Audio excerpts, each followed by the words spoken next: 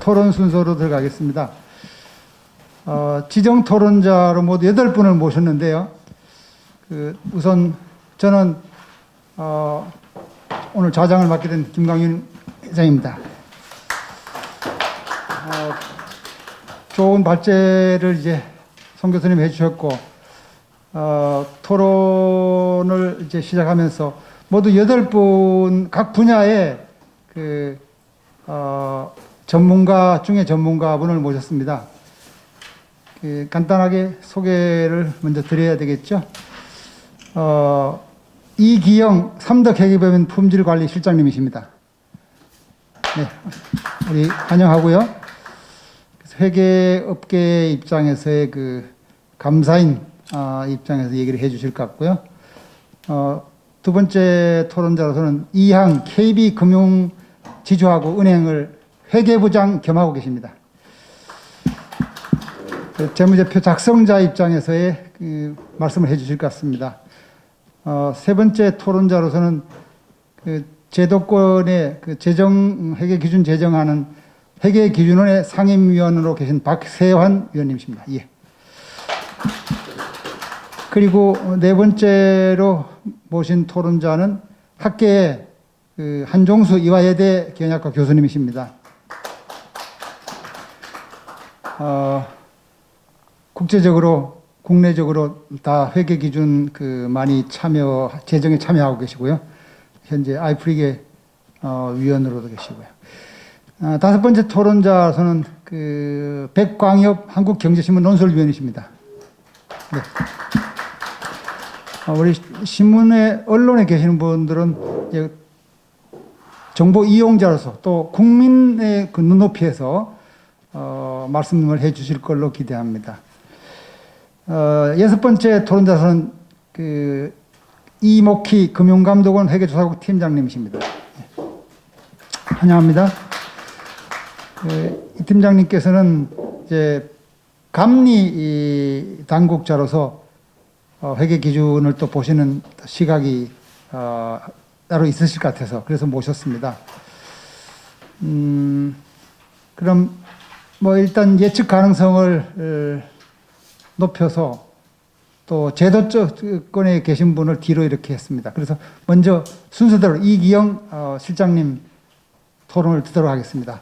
시간은 각자 일단 10분으로 시간을 생각을 해 주시고요. 사전에 지정 토론문을 보내주셨는데 우리 자료집에는 그게 다 있습니다.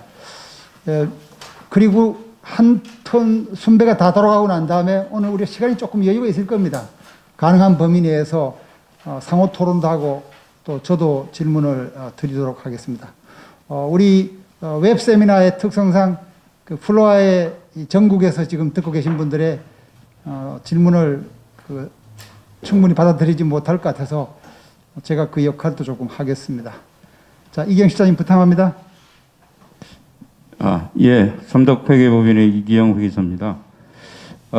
먼저 송인방 교수님이 아주 폭넓게 심도 있게 이렇게 여러 가지 토론 주제도 제시를 해주시고 많은 중요한 말씀을 해주셨는데 사실 저는 실제로 실무를 수행하는 그런 업계에 있는 이제 회계사로서 사실은 솔직한 말씀이 이 개념 체계가 실무 회계사들한테는 그렇게 중요하게 받아들여지지 않는 상황이라는 말씀을 드리고 그럼에도 불구하고 이게 왜 중요한지 이런 거에 대한 오늘 토론을 통해서 많은 것을 저도 개인적으로 느끼고 또 이게 달리 생각해야 되는 점도 있다 이렇게 생각이 듭니다. 그래서 일단 제가 토론을 준비하면서 제가 가졌던 것은 일단 실무업에서 회계사로서 이런 개념 체계를 들여다봤을 때 좀 아쉽다 그럴까요? 아니면은 좀 실무에서 이런 것들을 좀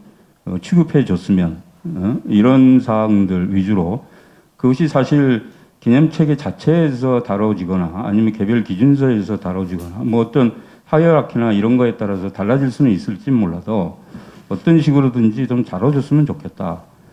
그런 생각에서 사실은 토론을 준비해 봤습니다. 그래서 이게 개념체계에서 조금 다뤄지고 그게 개별 기준서에서 좀 더 구체적으로 좀 해주면 더 좋지 않겠느냐 하는 차원에서 개념 체계에 대한 접근을 좀 그렇게 한번 해봤습니다. 우선 뭐 여러 가지가 있는데요. 우리 발제를 해주신 송 교수님이 여러 토론 주제를 제시하셨지만 저는 저 실무 입장에서 제가 보기에 이랬으면 하는 사항만 일부 발제하고 또 발제하지 않은 부분에서도 제가 생각하기에 한번 토론을 했으면 좋겠다 싶은 그런 사항도 좀 몇 가지를 골라. 크게는 지금 네 가지를 꼭지는 지금 네 가지입니다. 그래서 일단은 그 첫 번째부터 말씀을 드리면 일단 이거는 좀 사실 감독기관하고도 관련이 되는 얘기인데요.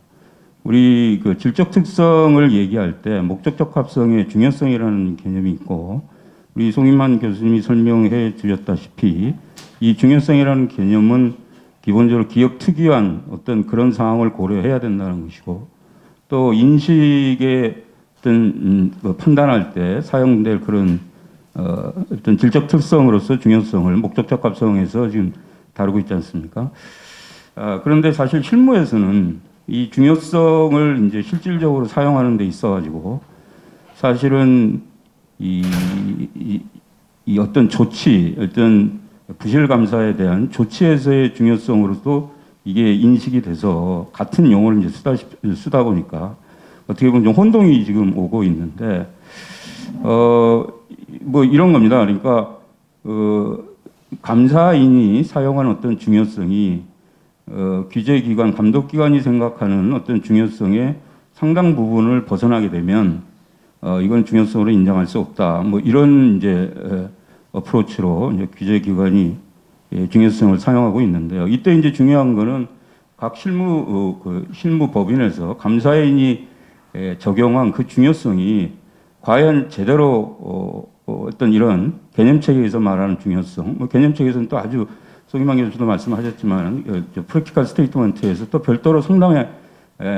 또 다루고 있기 때문에 그럼에도 불구하고 여러 논란이 있는 그 중요성 개념을 어떤 식으로든지 최적으로 판단해서 생긴 그 양적 기준, 물론 질적 기준도 고려해야 되겠습니다만 이제 그런 기준이 과연 적절한지에 대한 어떤 그런 판단이라기보다는 단순한 어떤 감독기관의 어떤 양적 기준, 그거를 매출액하고 사실 순자산 가지고 규모 비율로 이 프로레이션한 이제 이런 양적 기준에 단순히 비교를 해서 그게 뭐 잘못됐다, 잘 됐다 이렇게 판단하는 것은 아니지 않느냐.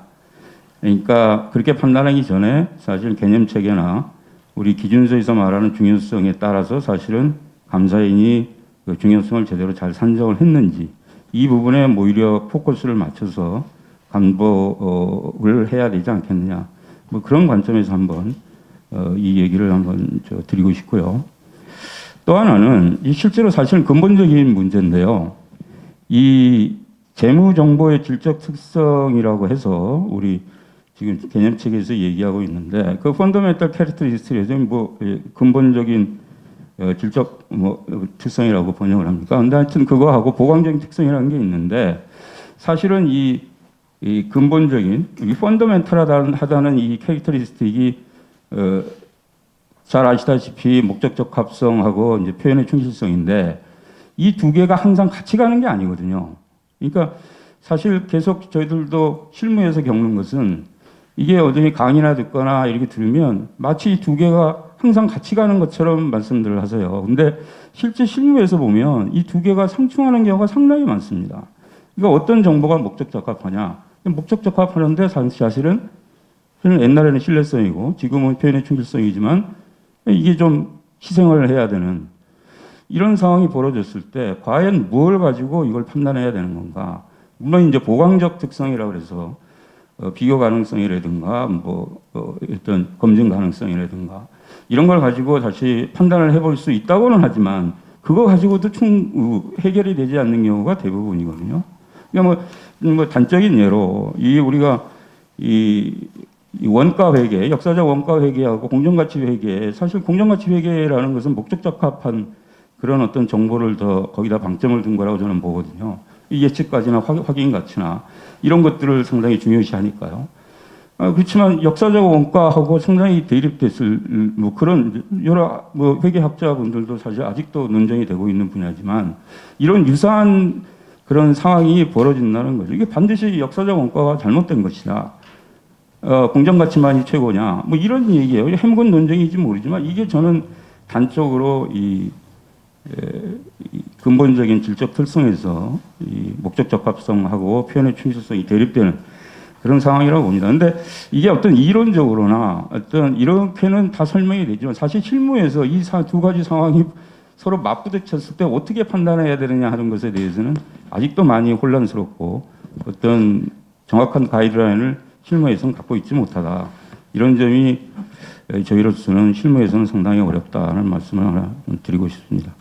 그다음에 두 번째 꼭지로서는 이제 보고 주체인데요.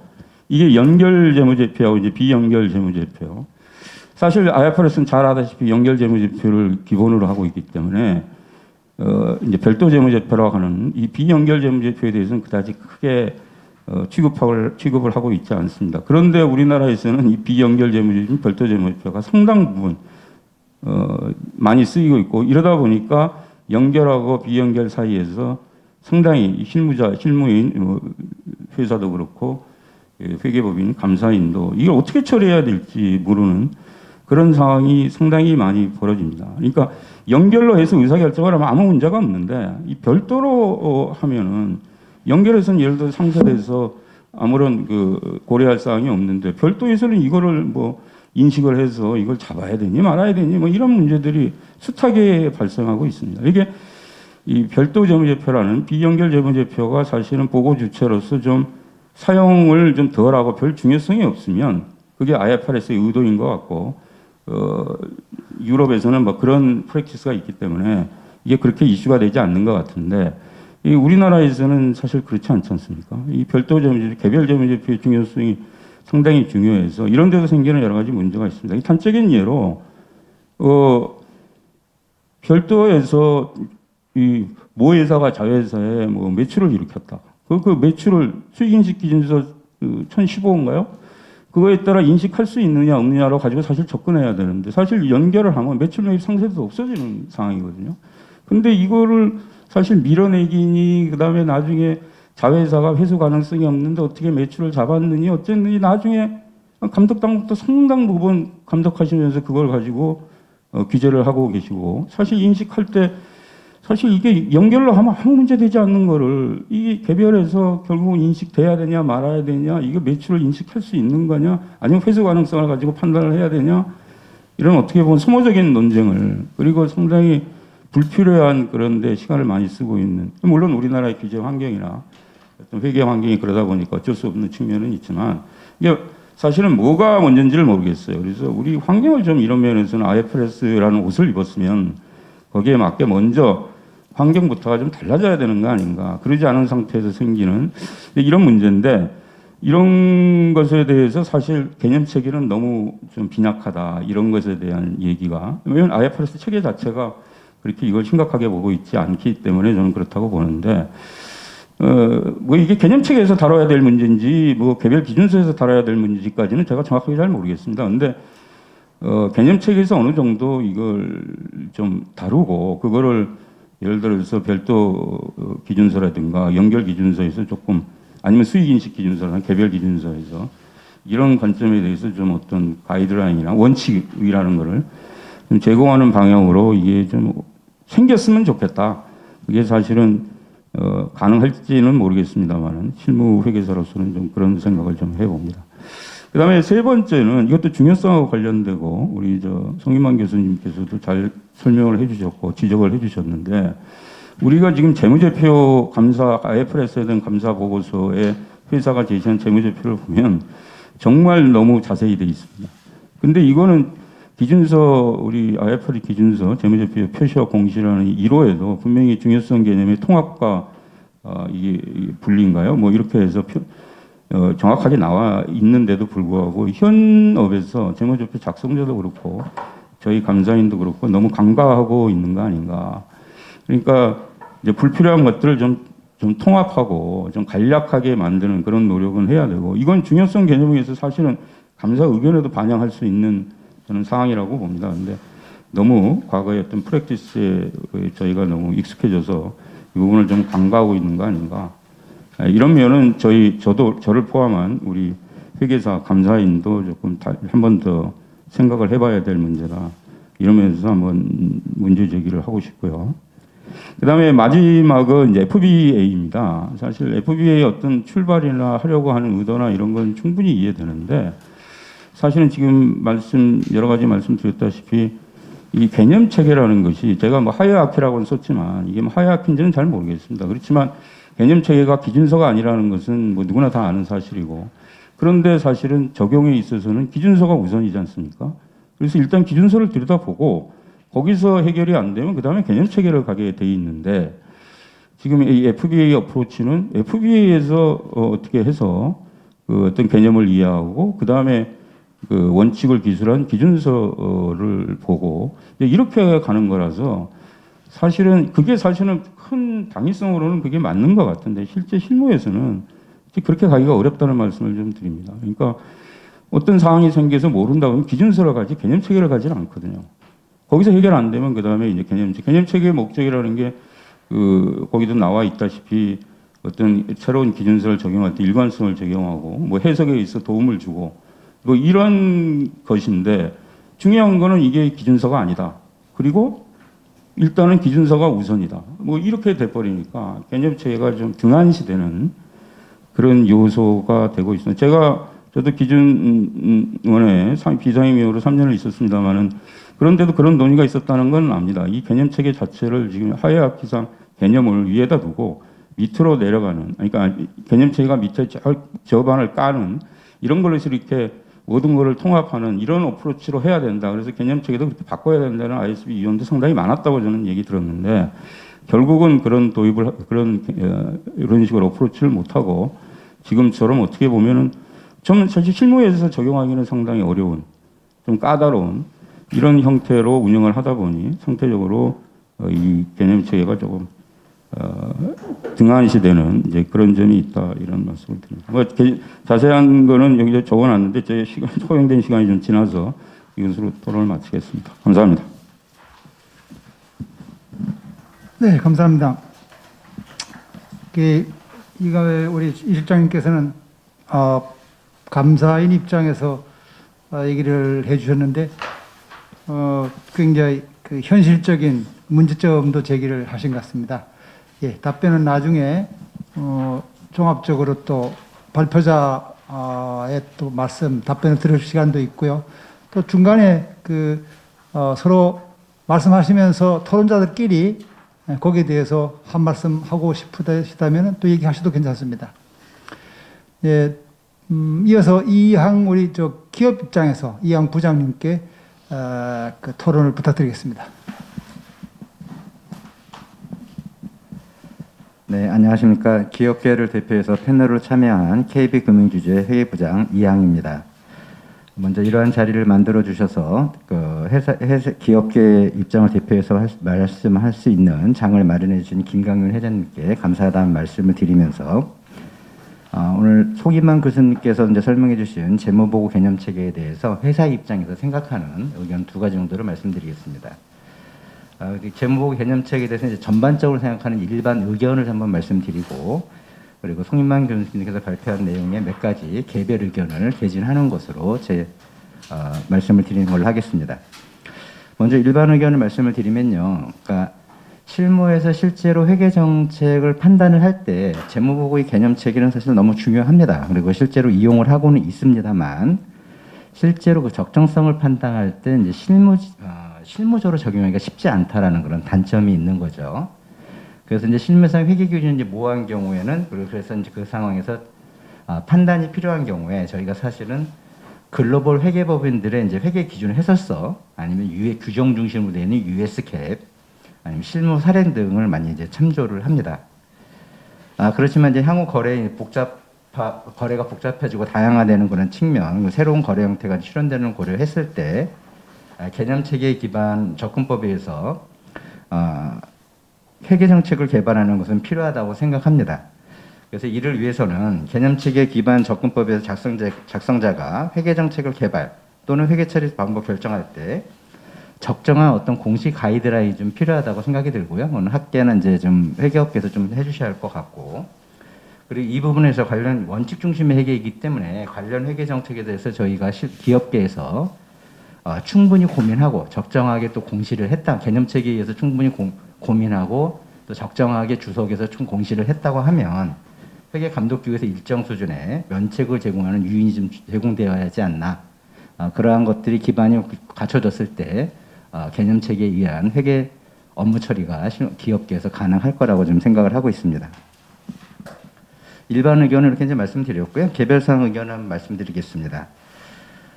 송인만 교수님 발표한 내용 중에서 몇 가지 이제 개별 의견을 말씀드리는데요. 먼저 재무보고의 목적을 달성하는 유용한 재무정보에서 재무제표의 질적 특성에 대해서 이제 재무제표 산출 관련자들의 균형 있게 고려되고 있는가 하는 부분을 말씀해 주셨는데, 이 부분은 이제 이해 관계자들과 중요하게 보는 어떤 요인이 좀 차이가 존재합니다. 그래서 각 실무상 어떤 이제 재무보고 관련 주체들의 입장에서 위험관리 성향에 따라 차이가 좀 존재한다고 보여지고요. 지금 그 말씀드리는 부분은 뭐냐면, 회사는 기본적으로 재무제표를 작성할 때 가장 크게 정보 원가도 중요하다고 보게 되고, 그다음 중요성, 그다음 또 비교 가능성. 저희가 다른 데하고 너무 틀리게 회계 처리를 했을 때는 문제가 될 수 있기 때문에 그러한 것들에 이제 초점을 맞추는 경향이 좀 있고요. 근데 이제 저희는 이제 이런 부분들이 이제 목적 적합성을 더 우선으로 두는 그런 부분이 있습니다. 그렇지만 이제 감사인 같은 경우는 사실은 목적 적합성보다는 표현의 충실성, 그다음에 적시성이나 이해 가능성보다는 검증 가능성 등에 좀 중심을 두는 그런 측면이 있다고 저는 생각을 하고 있습니다. 그렇지만 이제 아까 송현만 교수님 얘기하셨지만 가장 주요한 정보 이용자라고 하면 주주나 채권자라고 볼 수 있거든요. 그럼 정부나 주주나 채권자들은 여러 가지 어떤 그 중요한 질적 특성에 있어서도 이해 가능성이 가장 중요할 수 있는 부분인데, 이러한 부분들이 실제로 재무제표를 작성하고 감사하는 그런 주체들에 있어서는 약간 소홀히 되는 측면이 없지 않나 하는 그런 생각을 갖고 있습니다. 그래서 결론적으로 다시 한번 말씀을 드리면, 회계보험 정보의 주요 이용자인 투자자, 그다음 채권자, 애널리스트를 위한 이해 가능성에 좀 더 많은 가치 부여가 돼야겠다라는 생각을 합니다. 다음으로 이제 보수주의 중립성에 대한 부분을 이제 말씀해 주시는데, 이 부분은 사실은 이제 개념책에서는 보수주의라는 말은 전 없습니다만, 여전히 실무상에서는 이제 굉장히 중요하게 통용되는 어떤 특성이고요. 실무 관행입니다. 그래서 말씀하셨던 아까 송인만 교수님도 어쨌든 비대칭적 신중성을 좀 있을 필요가 있지 않냐라고 하는데, 저희는 그 부분에 대해서 실무 업계에서는 굉장히 강하게 지지를 하고, 그리고 실제로 그러한 부분으로 실무가 이루어지고 있습니다. 이를 예로 들면, 지금 사실 이제 저희가 금융기관에 있습니다만, 지금 코로나19로 인해서 사실은 모든 미래의 어떤 불확실성이 굉장히 높아졌다라는 건 모든 이해관계자들이 동의를 하는데, 저희가 이 한 가지 좀 이제 곤란한 상황인 게, 지금 그 원리금 유예를 해준다든지 어쨌든 재정 정책, 통화 정책을 통해서 지금 경제를 활성화시키고 있기 때문에 저희가 어떤 히스토리컬 데이터로 해서 어떤 회계 정보를 작성을 해야 하는데, 실제로 연체 지표라든지 NPL 이런 비율들이 전혀 나빠지질 않았어요. 그럼 그렇다고 하면 근데 그렇지만 모든 이해 관계자들은 지금 이해는 상식적으로 이해를 하는 거죠. 코로나19로 인해서 굉장히 안 좋아졌을 거라는 정보 있을 거라는 생각. 이랬을 때는 저희가 결국은 보수주의로 위한 비대칭적 신중성을 이용하는 것이 좀 더 목적 적합한 정보를 제공한다라는 생각을 갖고 있습니다. 다음으로 부채와 자본을 이제 이분법으로 구분하는 것이 타당한가라는 부분 이제 토론 주제를 던지셨는데요. 실무적으로 진행을 있으면서 이제 자본과 부채의 경계에 있는 그러한 청구권, 신종자본주권 같은 그런 청구권들이 있습니다. 이러한 부분들에서 사실 적용에 많은 판단의 어려움이 있는 것이 사실입니다. 그리고 더구나 부채와 자본의 이분법 분류로 인해서 혹시 이 판단이 잘못되었을 경우에 재무정보 이용자들의 입신형이 너무 중대한 거죠. 저희가 그러니까 부채 비율이나 ROE 산정 등을 할 때 그 재무제표 위에서 지금 저희가 산정을 하고 있기 때문에, 그래서 현재 이러한 어려움과 위험이 모두 재무제표 작성 책임자에게 너무 던져져 있는 것이 아니냐 하는 생각을 갖고 있고요. 그래서 이런 부분을 모르겠습니다. 저희가 옛날에 이제 저희 KB 금융주주 같은 경우는 미국에 상장이 돼 있기 때문에 US 갭을 했던 적이 있었는데, IFRS를 적용하기 전에 그때는 부채와 자본의 중간에 메자닌이라는 조달 재원이 있었습니다. 그래서 그런 부분도 조금 고려될 수 있는 부분이 있지 않나 그런 생각이 들고요. 그래서 좀 더 이제 포괄적인 구분 체계가 개념 체계가 좀 필요하다라고 저는 생각을 합니다. 마지막으로 개념 체계 기반 적급 배분 KIF 실무 및 교육에 대한 부분을 말씀을 해주셨는데 저는 적극적으로 동의하고 저희 이제 KB 케이스 같은 경우 이제 지주랑 은행에서 상주자문, 회계자문, 회계사를 이용으로 해서 이제 회사 내 많은 회계 질의 회신을 대응하고 있어요. 근데 개인적으로 이 내용은 이제 질의 회신을 하면서 상주하는 회계사나 저희 직원들이 그러한 경험이 쌓이면서 어떤 합리적인 개념 체계의 합리적인 어떤 판단 능력, 논리적인 해결 능력이 크게 발전되는 모습을 개인적으로 경험을 했습니다. 그래서 PB에 의한 어떤 교육이나 시험 등은 적극적으로 진행되는 것이 맞다라고 저는 생각을 하고 있습니다. 네, 이상 제 설명 마치겠습니다. 네, 감사합니다. 이 부장님께서는 실무계에서 겪는 애로사항, 부처 자본의 그 특성을 겸하고 있는 그런 증권의 신종자본 증권이죠. 어떻게 그 대응할 것인가에 대한 그 개념 체계상 언급이 좀 제대로 있었으면 좋겠다 이렇게 말씀을 해주셨네요. 광범위하게 회계사 시험 쪽의 얘기도 해주시고요. 그 다음에 이어서 세 번째 토론자로서는 지금 우리 순서에 의하면 이제 회계기준원의 그 재정 당국인 기준원에서 오신 박세환 상임위원님께 토론을 부탁드리겠습니다. 예, 회계기준원의 박세환입니다. 우선 그 원칙 중심 회계와 개념 체계를 쉽고 명쾌하게 이해할 수 있도록 정리해 주신 송임환 교수님께 감사드립니다. 토론 주제에 대한 어떤 다양한 의견 제시 그리고 공감할 수 있는 할인 이런 것들을 기대하고요. 저는 이 발표된 주제에 관련해서 몇 가지 그냥 제 개인적이고 제한적인 어떤 생각을 말씀드리려고 합니다. 우선 가장 인상적인 것으로 이제 봤던 부분들이 그 개념 체계 기반 접근법을 설명하는 그 슬라이드 37에 있는 그 그림인데요. 그 그림이 매우 인상적이었습니다. 왜냐하면 그 재무보고 개념 체계의 이상과 목적을 고려할 때 그 개념 체계의 어떤 역할이라든지 활용 방법 이런 것들을 상징적으로 잘 보여주는 그런 그림이 아닌가 하는 생각을 했습니다. 좀 더 구체적으로 얘기를 하면 그 재무제표 작성자 입장에서 원칙 중심 회계를 어떻게 이해해야 되는지 그리고 이러한 원칙들을 어떻게 운영해야 하는지를 잘 설명해주는 그런 그림이다 이렇게 생각을 했고요. 특히 그 그림의 오른쪽을 이렇게 초점을 맞춰서 보면 특정 거래의 사실관계하고 적용할 회계 기준의 연결고리를 재무제표 작성자 스스로 판단하고 결정해야 한다라는 점을 쉽게 이해할 수 있을 것 같습니다. 사실관계의 어떤 한두 가지 요소에 초점을 맞춰서 기계적으로 일률적으로 적용하게 된다면 여전히 규정 중심 회계에 그치게 될 것 같고요. 여러 가지 요소들을 종합적으로 고려하고 판단하는 것이 원칙 중심 회계의 어떤 본질에 해당된다고 생각합니다. 작년 그 한국회계학회 주도하에 개최한 그 원칙 중심 회계 세미나에서 원칙 중심 회계 정착을 위해서 제시된 기본 원칙 키워드가 한 3가지 정도 있었습니다. 그 중에 한 가지가 가장 중요한 것이 판단에 대한 존중이었고요. 두 번째는 규제나 처벌이 아니라 재무보고 품질을 향상시키는 것을 지향해야 된다는 목적에 대한 부분이 있었고요. 마지막으로 세 번째는 이해관계자들 사이에 어떤 신뢰와 협동관계가 유지되어야 된다라는 것이 그 3가지였었던 것 같고요. 그리고 그때 그 발표된 설문조사 결과에서 기업이나 감사인들이 원칙 중심 회계를 적용할 때 가장 큰 애로사항으로 답변한 것이 여러 가지들이 있는데요. 그 중에 공통적인 것이 2가지를 말씀드리면 첫째는 참고할 가이드라인이 없다는 것이었고 두 번째는 회계 기준의 해석이 어렵다라는 것이었습니다. 근데 저는 이제 어떻게 생각을 했냐면 회계 기준을 읽고 이해할 때 개념 체계의 어떤 기본 개념을 활용하는 것도 매우 중요하고요.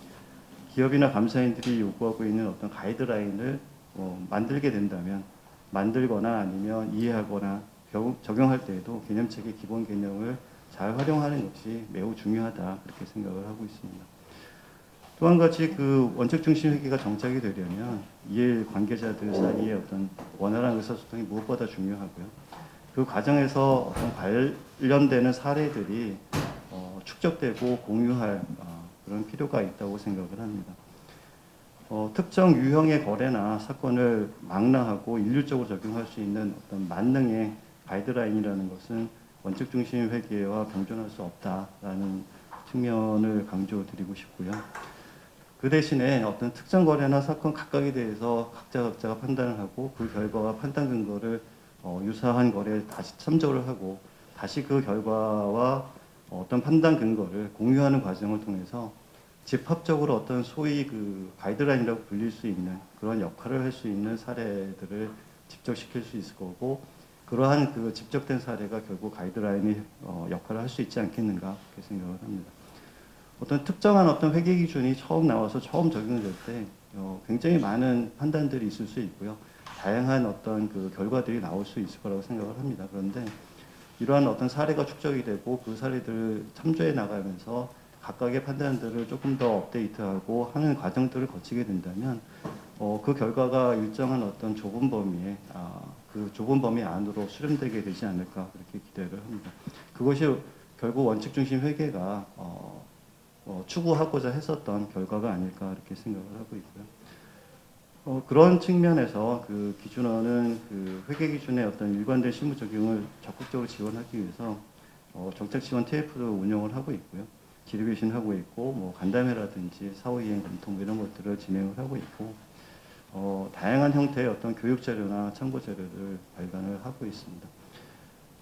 IFRS와 관련해서는 그 지리회신을 공개해 오지 않았었는데요. 자칫 그것이 지침으로 오해될 수 있을 것 같아서 이제 공개하지 않아 왔었는데 최근 들어서 이제 그것들을 공개하고 있습니다. 공개하면서 질의 내용이나 회신 내용 그 자체만 공개하는 것이 아니고요.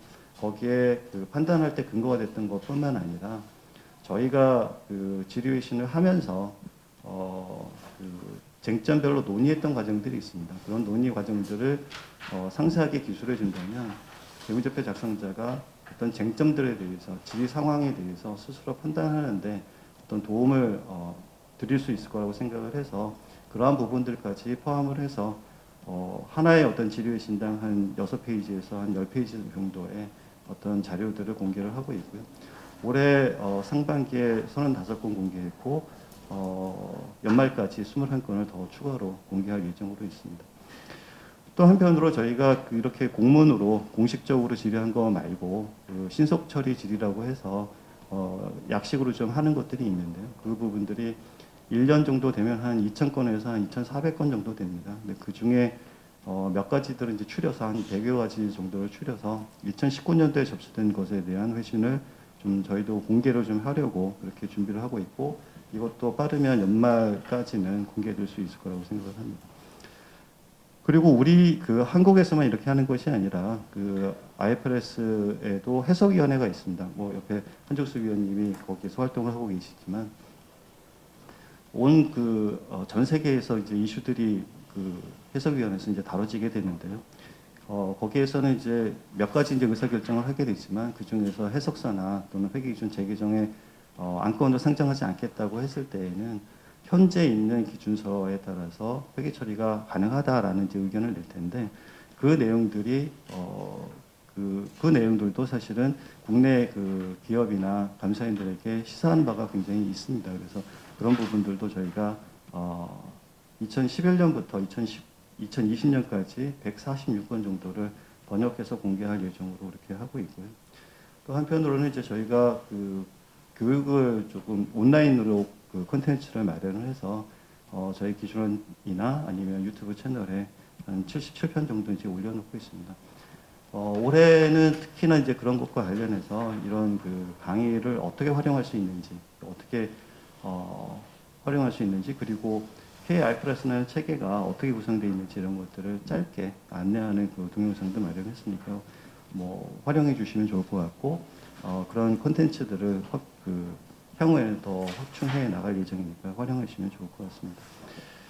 그러니까 이런 그 것들이 이제 이런 것들이 이제 저희가 그 주안점을 두는 이유 중에 하나는 여러 가지 다양한 어떤 사실관계에 대한 어떤 회계 처리 방법 이런 것들을 사례화하는 작업 중에 하나라고 생각을 합니다. 이런 것들이 충분히 참조가 되고, 물론 이제 이런 것들을 각각 그대로 기계적으로 적용할 수 있는 부분들은 아닐 거라고 생각을 하고요. 다만 이제 이런 것들을 참조해서 그러한 저희가 판단했었던 과정들을 쫓아서 스스로 판단해보고 검토해보고 하는 과정들을 훈련함으로써 좀 더 원칙 중심 회계에 가까운 결과들을 또 수월하게 얻을 수 있지 않을까 그렇게 생각을 합니다. 기준원 차원에서는 앞으로도 이런 과정들을 통해서 적극적으로 적용 지원 활동들을 해 나갈 예정으로 있고요. 그 과정에서 뭐 협회라든지 감독기관이라든지 이런 데들과 긴밀하게 의사소통할 예정입니다. 예, 이상으로 제 토론을 마치겠습니다. 감사합니다. 예, 감사합니다. 박세환 상임위원님께서 재정 작업을 직접 하시면서 애로사항, 우리나라의 주권이, 회계 주권이 있지 않는 때문에 결국은 국제회계 기준을 번역하는 거에 급급하다 이런 비판도 좀 받은 게 사실입니다. 근데 최근에 와서 조금은 국민 눈높이에서 조금 기업들 애로사항, 감사의 애로사항을 해결해 주는 쪽으로 질의해신도 이제 공개하고 이렇게 하시는 것 같습니다. 여기서 제가 이제 다른 우리 지정 토론자 넘기기 전에 준비해 주십사하고 미리 부탁 우리 박 의원님께 부탁드리는 것은 우리 38페이지 자료 38페이지의 내용을 가지고 지금 토론해 주셨는데 거기에 이런 말이 있죠. 회계 우리 개념체계는 정부 개념체계는 위상이 회계 기준 체제는 아니다, 자체는 아니다. 그래서 개념체계가 개별적인 회계 기준 요구사항에 우선하지 아니한다. 이런 말을 하고 계신데 사실 이게 국제회계 기준에도 그런 표현이 있는 걸로 제가 알고 있습니다. 공부할 때 옛날에 그렇게 알고 가르쳤는데 사실 이게 굉장히 모순된 표현이라고. 이게 우리 이제 개념체계가 따지고 보면은 가장 상위적인 것으로 이게 일종의 헌법적인 차원이라고 우리 법령체계에서는 그죠? 볼 수 있는 거죠. 발제문에 송 교수님도 말씀하셨습니다만은 그래서 정말로 이게 존중돼야 되는데 이런 표현이 있음으로 인해 개별 회계 기준보다는 우선되지 아니한다. 이렇게 하니까 결국은 개별 우리 법령 체계로 만약에 비교를 한다면 개별 법들이 우선하고 헌법은 존중을 못 받는 이런 상태가 돼서 우리의 사회 시스템을 잘 알고 있는 분들 입장에서는 아니 이거는 일종의 서로가 상시되면은 개념 체계를 존중하는 풍토로 가자면은 이게 한정위원 정도.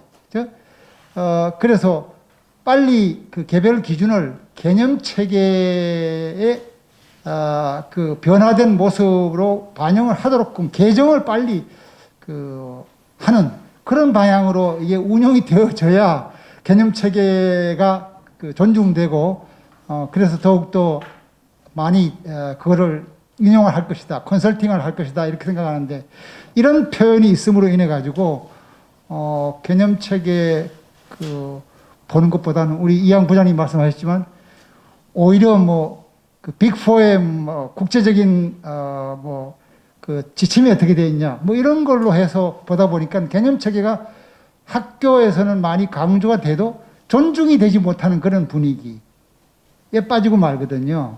그래서 우리가 조금은 국제회계기준위원회도 좀 건의할 사항이고 진짜로 하자면은 개념 체계가 변화되어져 가지고 이렇게 나가겠다 하고 했으면은 기존에 발표되어졌던 개별 기준들은 빨리 그 방향으로 다음 개정을 하도록 하고 그 과도 기간에서는 그걸 어떻게 처리한다 문제를 삼지 않는다거나 이렇게 해서 감리 당국도 그것을 고려해서 이거는 앞으로 지금 현행 개별 기준은 이렇지만 앞으로 이렇게 바뀌어질 것이다. 그렇다면은 회사들이 달리 처리를 했을 때도 개념 체계에 맞다 그러면은 그거는 문제 삼지 않는다는 그런 시각을 가져줘야만 개념 체계가 존중되지 않겠냐. 저는 그렇게 생각하는데 좀 거기에 대해서 코멘트를 한번 해주시고요. 그 다음에 다음 토론자는 이제 학계에서 나오신 한종수 교수님 부탁드리겠습니다. 예, 감사합니다. 저는 이화여자대학교 한종수입니다. 오늘 발제를 해주신 송인만 교수님께 먼저 감사드리고요. 송인만 교수님께서 이 재무보고 개념체계의 각 부분을 참 잘 설명해 주셨고, 특히 변화된 부분들, 새로이 개정되면서 또 저희가 그 어떤 의미와 적용을 고민해야 되는 이슈들을 잘 설명해 주신 것 같습니다. 네, 저는 그 어떤 내용에 대해서 구체적으로 어떤 코멘트를 하기보다는 좀 이 개념 체계라는 것이 기반이 되어 있는 어떤 이 원칙 중심 회계의 어떤 문제점, 문제점이라기보다는 우리나라에서의 적용에서의 어떤 문제점, 그리고 이 개념 체계에 기반한 원칙 중심 회계를 갖다 더 잘 적용하기 위해서 어떤 일을 해야 되는가라는 것을 조금 좀 말씀드리고 싶습니다. 여러분들께서 이제 말씀을 해주셨는데, 저를 비롯해서 14명의 교수가 2018년부터 2019년 2년 정도에 걸쳐서 이 우리나라에서 원칙 중심 회계가 잘 이루어지고 있는가에 대한 연구를 했었고요. 5번의 세미나를 했었고, 책을 발간을 했고, 6권의 그 논문을 발표를 했습니다. 지금은 이것을 영문으로 바꿔서 어떤 우리나라의 사정을 그 다른 나라들에게 알리고 우리와 같은 어떤 어려움을 얻지 않도록 또 우리가 가진 많은 지식을 경험을 전하기 위해서 영문 번역도 하고 있습니다.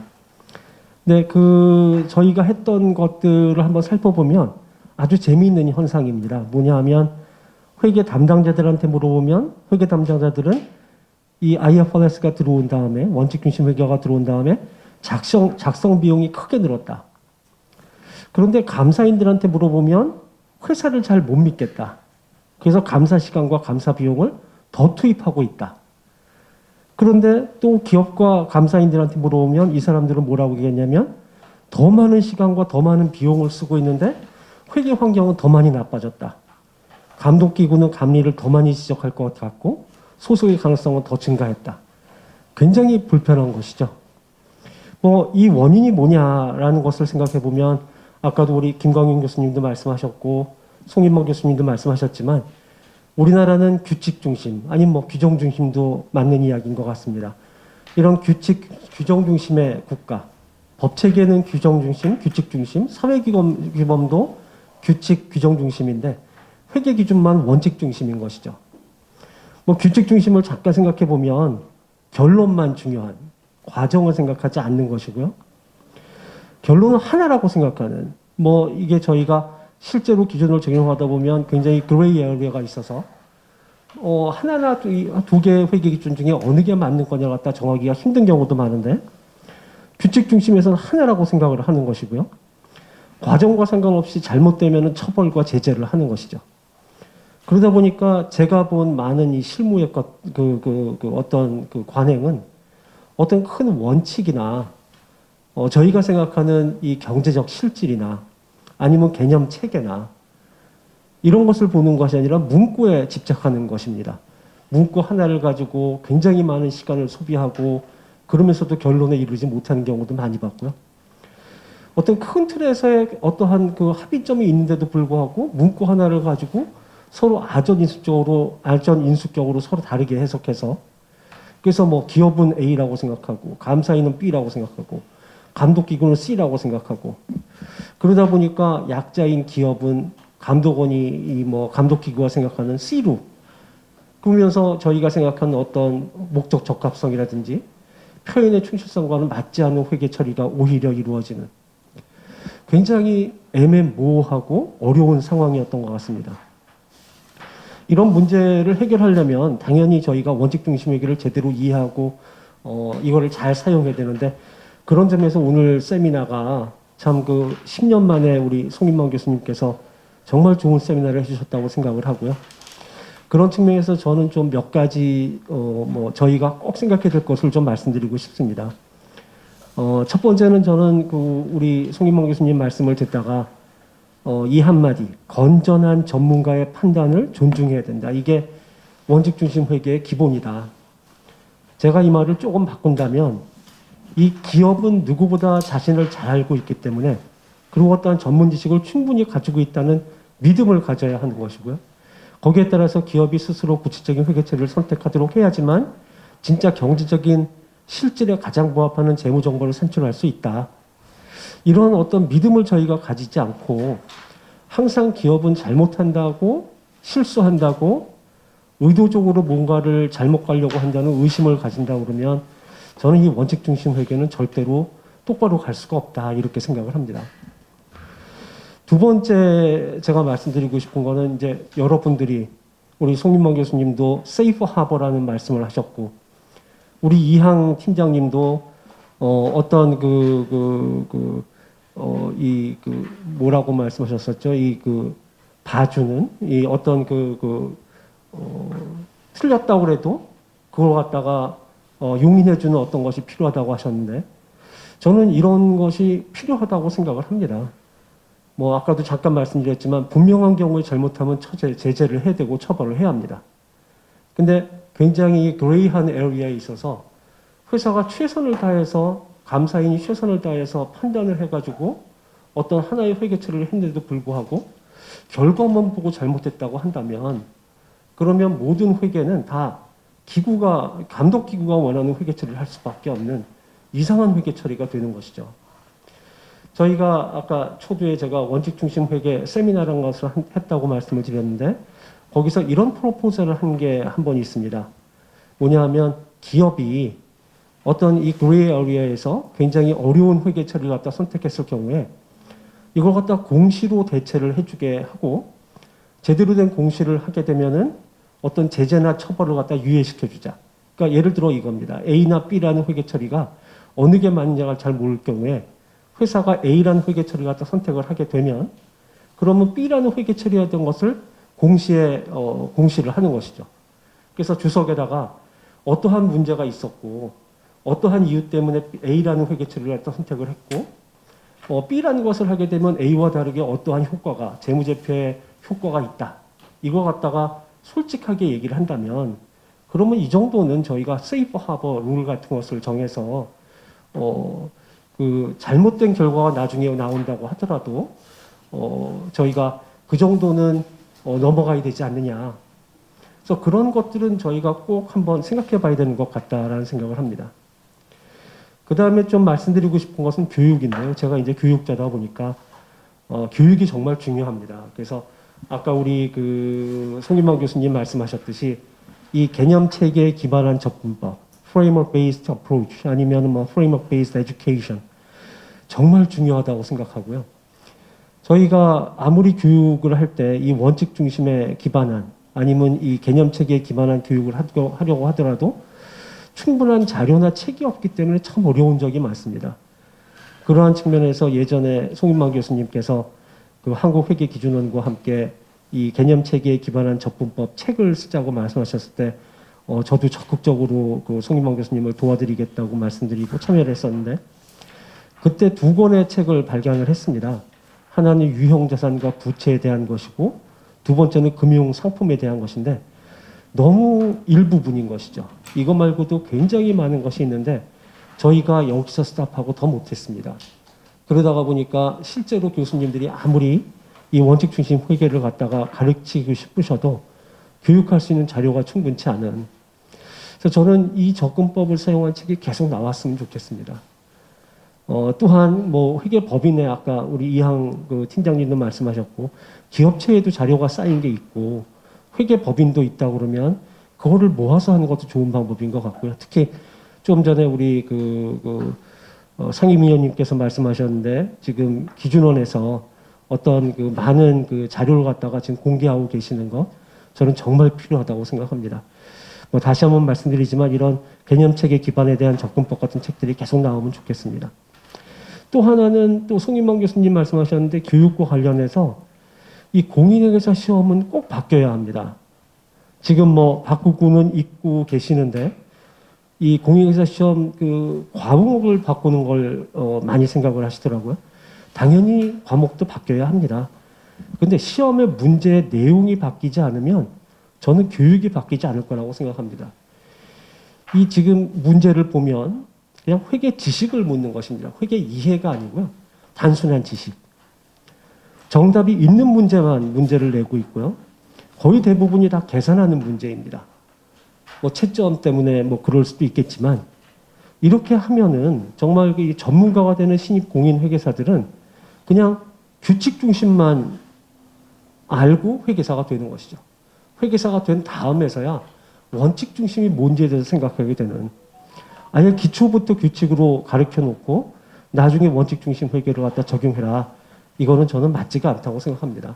지금 중급 회계도 하나 독립시키려고 하고 이 고급 회계도 과목의 한 반 정도를 만든다고 하면 과목 정도가 아니라 시험의 내용도 아까 말씀드린 것처럼 사례 중심, 사법 시험처럼 저희가 확 바꿔야, 그래야 정말 이 원칙 중심 회계가 정착이 된다고 생각합니다.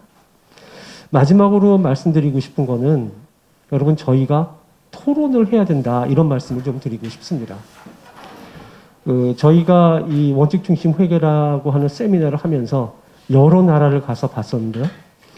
여러 나라를 가서 이 사람들과 우리나라에 대한 얘기를 할 때 반응들은 이겁니다. 자기들은 우리나라에 있으면은, 우리나라 같은 나라에 산다 그러면 절대로 회계 전공하지 않는다. 조금만 잘못 때문에 형무소를 간다 그러면 어떻게 회계를 하느냐. 저희가 FRC라고 하는 영국의 감독기구에 갔을 때 그분의 거기 있는 분들도 똑같은 이야기를 했습니다. 뭐라고 말씀하셨냐 하면, 저희는 자기들은 체제나 처벌을 하기 위해서 감독하는 게 아니다. 자기들의 어떤 감독의 목적은 상호 협력의 관계다.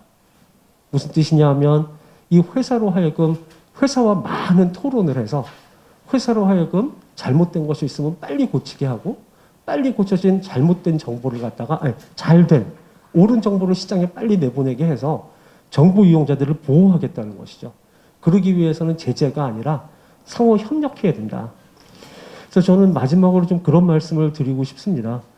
이 감독 기구와 재정 기구가 정말 오픈 마인드를 하셔서 기업들과 감사인들이 마음대로 와서 얘기할 수 있는 문제점을, 그런 토론의 장을 갖다 만들어 줘야 하고요. 거기서 나오는 모든 이슈에 대해서는 같이 공유하고, 거기에 대해서 어떠한 나중에 체벌이나 제재 같은 것을 하지 않는, 그리고 거기에 대한 것들에 대해서 나중에 오히려 어떤 페이버를 주게 되는 그러한 토론의 장을 만들고 서로 부딪혀야지만, 저는 이 원칙 중심 회계가 우리나라 같은 규칙 중심, 규정 중심의 나라에서 잘 정착할 수 있다. 그래서 제가 마지막 하나 말씀드리고 싶은 게, 저희가 썼던 원칙 중심 회계의 부제가 우리의 회계는 부딪혀야 빛을 낸답니다. 토론하고 부딪히지 않으면 저는 이 원칙 중심 회계, 특히 오늘 말씀해 주신 개념 체계가 회계에 정착되는 일은 영원할 거라고 생각합니다. 이것으로 토론을 마치겠습니다. 예, 감사합니다. 광범위하게 터치를 해주셨고요. 한 교수님은 뒤 회계사 시험에 과목을 지금 바꾸려고 하는 거에 거쳐서는 안 된다. 지금 논의가 막상 깊이 있게 진행이 되는 걸로 저도 알고 있습니다만, 시험 출제 방식을 바꾼다 하는 게 전제가 되어야 될 것 같습니다. 저도 회계사 시험에 9년간 9차례 사실은 출제를 한 경험이 있습니다만, 나중에 채점의 쉬운 방법, 그래서 빨리 별도의 격리 수용되어져 있는 상태를 빨리 해소하고자 하는 그런 이제 분위기가 있었어요. 그래서 정말로 이 문제풀이 중심으로만 나가는 방식은 정말로 바뀌어야 될 것 같습니다. 법령 규정 중심으로 맞추는 방식, 이런 것도 바뀌어야 될 것 같습니다.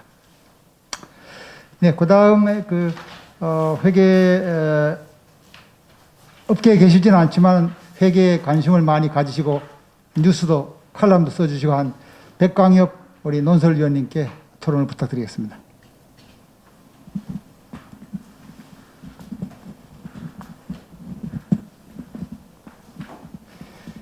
예, 방금 소개받은 한국경제신문 논설위원 백광엽입니다. 저는 그 발제 내용에 대해서 간단하게 평가 및 의견을 말씀을 드리고 그 다음에 저의 생각이나 제언을 좀 더 정리해서 말하는 그런 순서로 진행하겠습니다. 그 재무보고 개념 체계 그리고 그 체계 이해의 중요성을 강조하는 이번 세미나 굉장히 시의적절하다고 생각합니다. 특히 이제 발제자인 송인만 성균관대 명예 교수님께서 제기하신 문제의식과 기본적인 견해 이런 것들에 대해서 기본적으로 공감하는 입장을 표하고자 합니다. 근데 저는 이제 엄밀하게 보면 그 회계 전문가는 아니기 때문에 그 개념 체계에 대한 그런 전문적인 논쟁은 조금 제 입장에서는 지양하고자 합니다. 저는 그 쟁점에 대한 그 심도 있는 논쟁이라든지 이런 것들은 관련 주제에 오랫동안 천착해 오신 여러 전문가 분들께서 충분히 좀 수기하고 다뤄주시고 하면 좋겠다는 생각에서 전문가들의 몫으로 넘기는 게 맞다 이렇게 생각하고요. 대신에 저는 이제 회계업계를 오랫동안 이제 그 취재도 하고 지켜봐온 그런 저널리스트 입장입니다. 그래서 이 재무보고 회계체계와 관련된 다양한 관점들에 대해서 제 의견을 말씀드릴까 합니다. 알다시피 이전에 그 K의 경우는 이제 규정 중심 회계 기준이었죠. 회계장부 작성의 세세한 방식 이런 것들이 다 일일이 규정이 되어 있었습니다. 그런 관계로 재무보고 개념 체계의 상대적인 중요성이 좀 덜했다 이렇게 볼 수 있겠습니다. IFRS는 이제 원칙 중심 회계 기준 이렇게 되어 있습니다. 그래서 세세한 재무보고 방식을 명시하지 않고 그 장부 작성자의 재량을 존중하는 그 장부 작성자에게 많은 재량권을 부여하는 그런 전혀 새로운 방식입니다. 이런 특징 때문에 IFRS에서는 그 올바른 개념 체계 정립의 중요성이 더 커진다 이렇게 볼 수 있겠습니다. 그리고 원칙 중심 회계가 잘 구현되려면 원칙의 근간이 되는 올바른 개념 체계의 확립이 필수다 이렇게 볼 수 있겠습니다. 배대와 기초가 튼튼해야 좋은 집이 지어지는 것처럼 탄탄한 개념 체계 정립이 선진 회계 장부 작성의 선결 과제다. 당연한 얘기가 되겠습니다. 그리고 특히 요즘 그 회계를 둘러싼 그 논란과 혼란이 굉장히 그 증폭되고 있는 상황입니다. 예전에 참 보기 힘든 상황인데요. 이런 상황에서 개념 체계 확실한 정립과 이해관계자들의 이 이슈에 대한 공감 확산 이런 것들의 중요성은 아무리 강조해도 지나치지 않는다 이렇게 생각하고요. 근데 이제 한 가지 아쉬운 점은 그 국제회계기준위원회 IASB가 2001년에 이 재무보고 개념 체계에 대해서 처음 제시를 하고 2010년에 개념 체계를 제정한 지 이제 10년이 지났습니다. 또 우리나라에서는 여전히 이 관련된 논의가 오늘 이 자리에서도 많이 나왔습니다만 혼란스럽다, 기준이 왜 개념 체계에 앞서냐, 아주 근본적인 문제부터 제기되고 있는 이런 상황 좀 이렇게 썩 깔끔한 느낌은 들지 않는 지금 그런 상황입니다. 우리가 이제 자칭 타칭 IFRS 모범국인데 도입 모범국인데 그간에 그 관련 논의들이 좀 심도 있게 진행되지 못하지 않았느냐 하는 그런 일감이 먼저 들고 있습니다. 그래서 또 그 결과로 지금 일선 경제 현장에서는 굉장히 혼란이 커졌고 회계를 둘러싸고 그리고 기업이나 기업 경영자들 사이에서는 회계가 그 자체로 지금 리스크가 되고 있다. 이런 인식들도 이런 부정적인 인식들도 빠르게 확산되는 게 분명한 현실이지 않나. 굉장히 그 회계업계로서는 그 크리티컬한 그런 시점에 와 있다 이렇게 생각합니다. 특히 요즘 이제 걱정되는 현상이 뚜렷이 목격되는 현상이 그 회계의 정치화 이런 부분들을 생각해 볼 수 있겠습니다.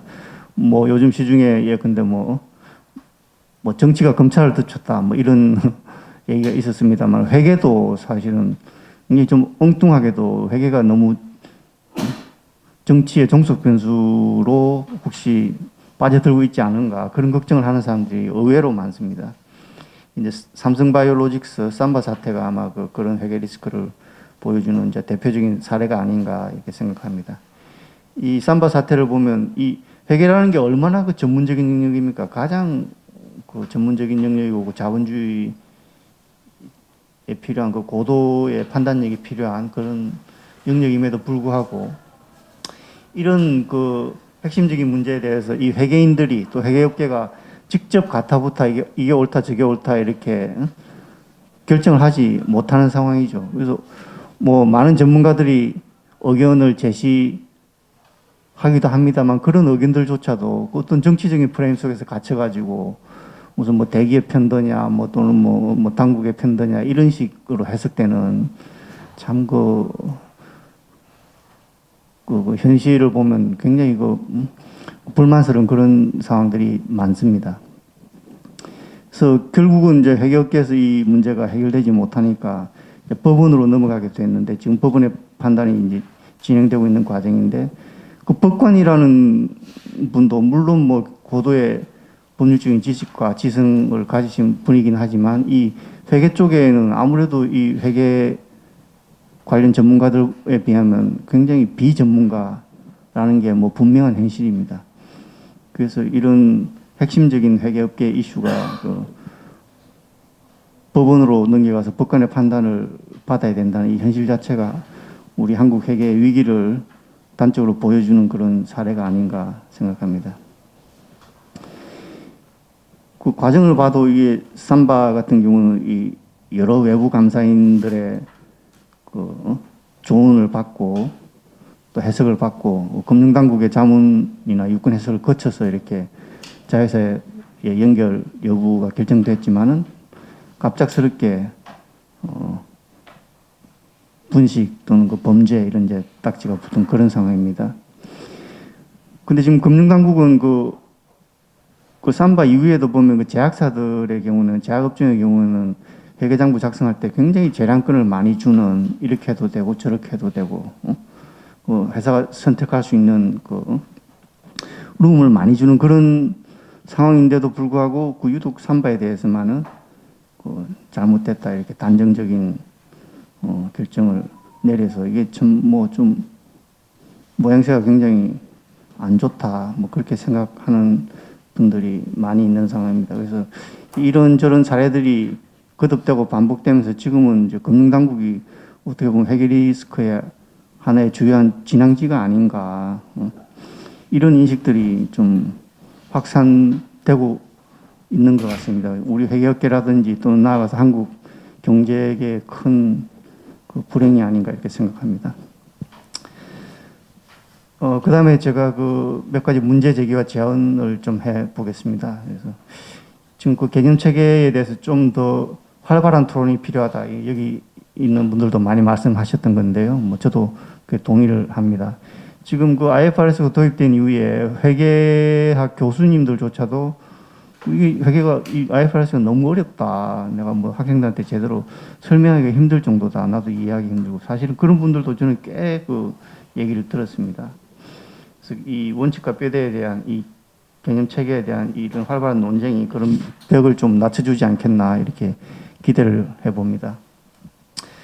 그리고 그 IFRS 도입 이후에 그 장부 이용자들의 불편이 커진 점에 좀 직시를 해야 된다고 봅니다. 이 커진 이유를 생각해 보면 이제 이전 K갭 시절에는 숫자로 그냥 쭉 결과를 보여주죠. 최종 바텀 라인 쫙 내려와서 한 줄로 보여주는 그런 형태입니다. 근데 IFRS 도입 이후에는 숫자로 보고되는 것보다도 어떻게 보면 핵심적인 쟁점, 내용 이런 것들은 주석 형태로 기재되는 경우가 많습니다. 또 그렇게 권유도 하고 있고요. 근데 일반인들이 이 주석을 참 찾아서 읽기가 굉장히 어렵죠, 여건상. 예. 그리고 찾아서 읽는다 하더라도 사실은 이해되지 않는 너무 전문적인 사실들이 기재된 경우도 많고요. 그래서 이 IFRS가 어떻게 보면 이 실적에 대한 기업 실적에 대한 이해도를 낮추고 실적 비교 가능성도 낮추고 굉장히 결과적으로는 불편한 그런 상황이 없지 않아 있습니다. 그래서 IFRS가 이 전문가들을 위한 회계장부이지 결코 회계장부 이용자들을 위한 시스템은 아니다. 이런 지적이 나온 지가 굉장히 오래가 됐습니다. 그래서 이 개념 체계에 대한 이번에 논의라든지 이런 연구들이 좀 더 활발하게 이루어져서 회계장부 이용자들이 좀 더 재무제표를 쉽게 편리하게 이해하고 활용할 수 있는 그런 초석을 놔야 되겠다. 그런 일에 이 회계계가 좀 더 소명의식을 가져야 되겠다 이런 생각이고요. 그다음에 이제 저도 그 몇 분이 말씀하셨지만 그 회계 주권 문제를 마지막으로 한번 좀 언급을 하고 싶습니다. 우리 그 보험업계가 대표적인데요. IFRS 도입 이후에 회계 문제로 골머리를 앓는 기업이나 업종이 사실 너무 많습니다. 뭐 예전에 뭐 건설 조선부터 시작해가지고 지금 보험 뭐 끊임없이 지금 계속 나오고 있는데요. 이 IFRS 17이라고 부르죠. 예. 이 정말 보험사 경영에 메가톤급 충격을 몰고 오는 그런 그 변화인데 이 적용 여부를 둘러싸고 또는 적용의 연기를 둘러싸고 이 정부나 금융당국이 무기력함을 또다시 드러냈다. 이런 게 뭐 부인할 수 없는 사실인 것 같습니다. 한국이 IFRS를 전면 채택한 4개국 중에 하나로 되어 있는데요. 그리고 모범 도입국 이렇게 이제 그럴싸한 타이틀을 달고 있는데 그런 것 때문에 우리 그 회계 주권이 훼손된 거 아니냐 이런 비판이 만만치 않은 게 현실입니다.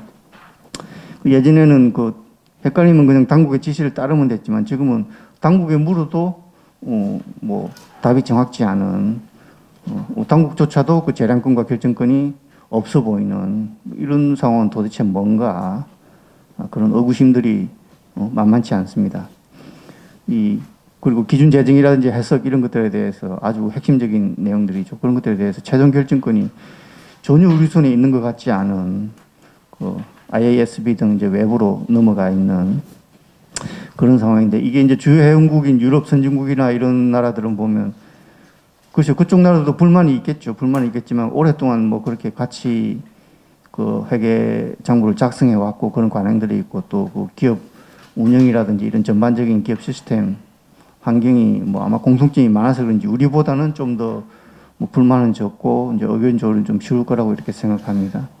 근데 우리 그 아시아 쪽은 뭐 기업 환경도 다르고 경영 여건도 다르고 조금 다른 것 같습니다. 그래서 대만 같은 나라는 그 IASB 근고에 순응하지 않고 이게 이제 보험 쪽 얘기인데요. 그 회계주권 확보에 굉장히 적극적으로 나섰던 그런 게 뭐 불과 뭐 1, 2년 새도 있었습니다. 우리는 뭐 그렇죠. 모범국 이런 좀 명분이 앞서서인지 좀 과도하게 좀 종속적이지 않은가 IASB 이런 또 외부 기관에.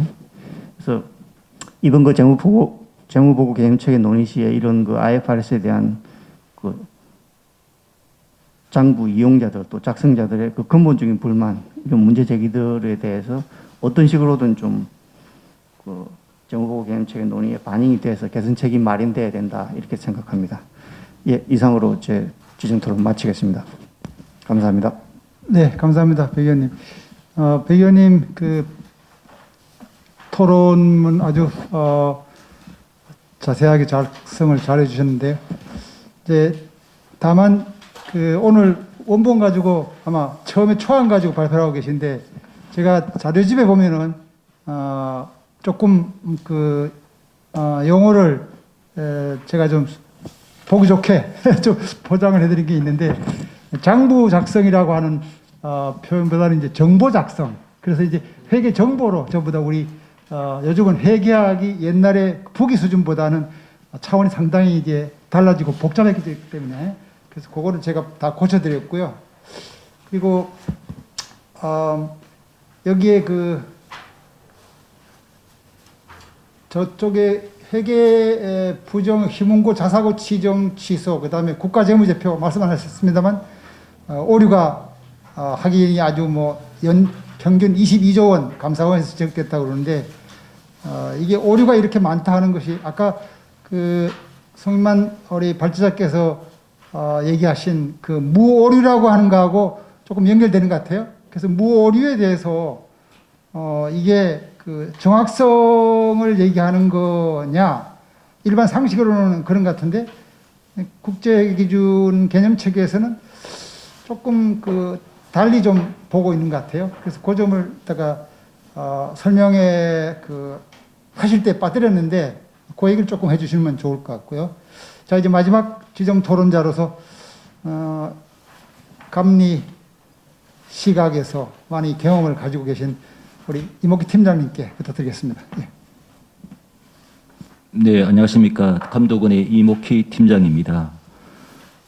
저는 그 개념 체계에 관련돼서 이제 개정된 내용 중에 몇 가지 시사점 부분에 대해서 한번 말씀을 드리고, 원칙 중심 IFRS 적용할 때 유의점, 그리고 마지막에 회계 감독 선진화 방안에 관련돼서 이제 말씀을 드리고자 합니다. 그래서 송일만 교수님이 지적하신 대로 IFRS를 적절히 적용하려면 개념 체계의 충분한 이해가 중요하다는 부분에 대해서는 이제 전적으로 이제 동의를 합니다. 그래서 이제 올해부터 이제 시행 예정인 전면 개정된 개념 체계에 관련돼서 개정된 부분이 있습니다. 이제 그 부분에 대해서 우리가 몇 가지 이제 시사하는 바를 한번 생각해 봐야 될 것 같습니다. 첫 번째가 재무 보고 목적에 이제 수탁 책임 부분 자체가 포함이 되어 있다는 부분입니다. 경영진의 수탁 책임의 평가에 필요한 정보를 재무 보고 목적에 추가를 했고, 이 현금 흐름 평가 목적하고 동등시했다는 부분입니다. 그래서 경영진 및 이사회가 기업의 자원을 사용하는데 얼마나 효율적, 효과적으로 이행해 왔는지를 평가할 정보를 이제 추가하도록 했기 때문에, 그만큼 그 재무 보고 목적 자체가 그 투자자의 다른 부분까지도 바뀌었다는 부분에 대해서 한번 작성자나 감사인이나 한번 숙고할 필요가 있을 것 같습니다. 두 번째 부분은 그 신중성의 재도입입니다. 그래서 불확실한 상황에서는 판단할 때는 신중을 기하라는 부분 자체가 신중성인데, 그래서 항상 모든 부분에 대해서 신중하라는 개념보다는 불확실한 사항에 대해서 불확실한 사항을 판단할 때는 이제 신중성을 고려해야 된다. 그러나 감사인이나 회사 재무제표 작성자 입장에 봤을 때는 그 불확실한 상황에서는 자산 수익에 가대평가되고 부채와 비용이 가소평가되지 않도록 항상 주의할 필요가 있다는 부분을 한번 되새길 수가 있을 것 같습니다. 그다음 세 번째, 개정된 개념 체계에서 가장 강조하는 부분으로 저는 보입니다. 실질 우선의 원칙을 다시 재도입한 것 같습니다. 그래서 재무제표가 경제적 실질을 보고해야 한다고 계속 강조를 하고 있습니다. 그래서 재무제표가 경제적 실질을 잘 반영하고 있는지, 이런 부분 자체를 재무제표 작성자나 감사인 입장에 봤을 때 항상 고민하면서 재무제표를 작성하는 것이 좋을 것 같습니다. 그리고 네 번째 부분에 부채에 대한 개념이 이제 바뀐 것 같습니다. 그래서 부채 개념 자체가 종전에는 이행이 예상되는 의무로 되어 있지만, 새로운 개념 체계 입장에 봤을 때 과거의 사건 결과로 기업의 경제적 자원을 이전해야 할 현재의 의무가 이제 부채로 정의하면서 의무란 개념을 더 명확하게 해놨습니다. 의무라는 것 자체는 no practical ability to avoid, 기업이 회피하기 위한 실제 능력이 없으면 부채로 잡아라. 그러니까 이 말이 의미하는 부분 자체가 상당히 중요한 부분 같습니다. 그러니까 의무라는 부분 자체가 실질적으로 내가 자원 유출에 대해서 내가 회피하거나 피할 수 없는 능력이, 실질적 능력이 없다고 하면 그거는 내가 재무제표에 계상이 된다. 이런 부분에 대해서 개념이 바뀌었기 때문에 재무제표 공시할 때 누락된 부채가 없는지, 부채 개념 중에서 우리가 빠진 부분이 없는지, 이런 부분 자체를 한번 더 신경을 쓰는 부분 자체가 필요할 것 같습니다. 다음으로는 원칙 중심 IFRS 적용할 때 그 유의점 부분에서 저희 나름대로 부분 자체를 말씀드리겠습니다. 그래서 개념 체계, IFRS에는 개념 체계하고 기준서하고 두 가지로 구성되어 있습니다. 그래서 개념 체계는 재무제표의 작성 원칙을 제시하고 있고, 개별 기준서는 구체적인 상황별 회계 처리 방법에 대해서 규정하고 있습니다. 그래서 기준서를 보시게 되면 종전의 KGF보다 더 상세하고 구체적인 회계 처리 방법을 제시하고 있습니다. 그래서 IFRS 자체가 마치 룰이 없는 것 같이 가장되는 부분이 있는데, 일단 기준서가 전제가 되어 있다는 부분 자체가, 기준서가 있다는 부분 자체를 유의해야 될 것 같습니다. 그래서 기준에 대한 충분한 이해와 적응의 노력이 이제 필요하다고 생각됩니다. 그래서 그런 부분 자체가 기준서에서 안 나오면 다시 개념 체계로 가서 고민을 해야 되는 부분인 거고, 일단은 그 기준서 부분 자체가 모든 부분을 다 담고 있지는 않지만 KGF보다 더 상세하고 구체적인 회계 처리에 대한 부분 자체를 언급하고 있습니다.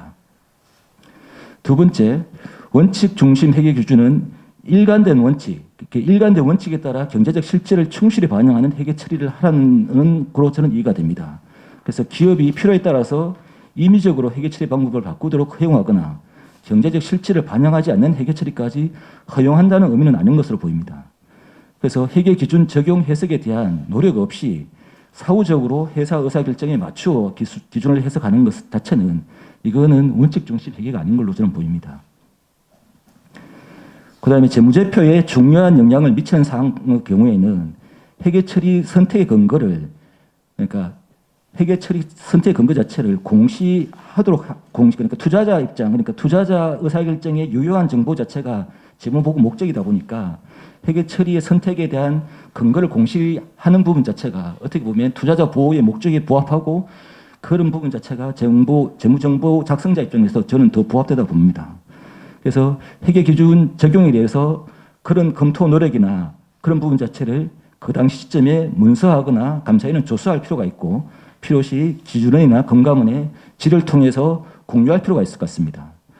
그래서 그런 부분 자체 공유에 대한 부분 자체가 이슈가 되면 그런 부분 자체가 별도의 다시 이제 감독 지침으로 이제 개발될 수 있는 부분이 있기 때문에 항상 새로운 이슈가 되는 부분 자체는 강경수 교수님 말씀하신 대로 많이 공유를 해서 커뮤니케이션 자체를 활성화시켜야 될 부분이 있는 걸로 보입니다. 네 번째 부분에 대해서 그 원칙 중심 회계에 대해서는 계속 비판받는 부분 자체가 비교 가능성이 저해하고 이제 그 악용할 소지가 있기 때문에 자의적인 해석 가능성 자체를 낮추고 불확실성을 해소해야 된다는 부분 자체가 계속 문제가 제기되었었습니다. 그래서 그 회계 감독 당국은 이런 불확실성을 해소하기 위해서 업종별 이슈 감독 지침을 공표하였고 감리 지적 사례를 구체적으로 적시하여 참고하도록 공개를 하고 있고 재무제표 심사 제도를 통해서 사소한 위반은 수정 근거를 통한 지도 위주로 감리 방법을 변경하여 감리와 심사 체계를 분리하고 있습니다. 그래서 그 부분 자체는 그 회계 감독 선진화 방안 부분에 표시된 내용으로 한번 설명을 드리도록 하겠습니다. 그래서 이 작년 19년 6월 13일에 이제 감독원 보도자를 보면 내용이 잘 나와 있는데 그 중에서 그 회계 기준 관련된 내용만 저희가 발췌해서 붙여놨기 때문에 필요하시면 본문을 참고하시면 될 것 같습니다. 그래서 회계 감독 선진화의 기본 방향은 뭐냐면 이제 감독 방식을 사전 예방 지도 중심으로 전환하자. 그러니까 이제 양분화해서 제재는 그러니까 중대한 회계 부정에 대해서는 제재는 엄격하게 하되 그 사소한 회계 처리 오류 부분 자체는 신속한 정정을 유도하는 사전 예방 지도로 바꾸자는 입장에서 기본 방향이 잡혀져 있고 또 시장의 전문성을 존중하자. 그러니까 전문가의 판단 부분을 존중을 하되 판단 과정이 일관되고 합리적인지를 감독하는 쪽으로 감독 중심을 바꾸자는 입장에서 기본 방향이 설정된 것 같습니다. 그런 측면에서 국제 기준 적용 관련된 부분을 보면 회계 처리 불확실성 부분 자체를 해소하기 위해서 이제 그 제약 바이오부터 시작해서 감독 지침을 계속 발표하고 있고 마지막으로 그 2000년 1월 22일에 비상장 주식 공정가치 평가 가이드라인까지 이제 마련해서 공포를 하였습니다.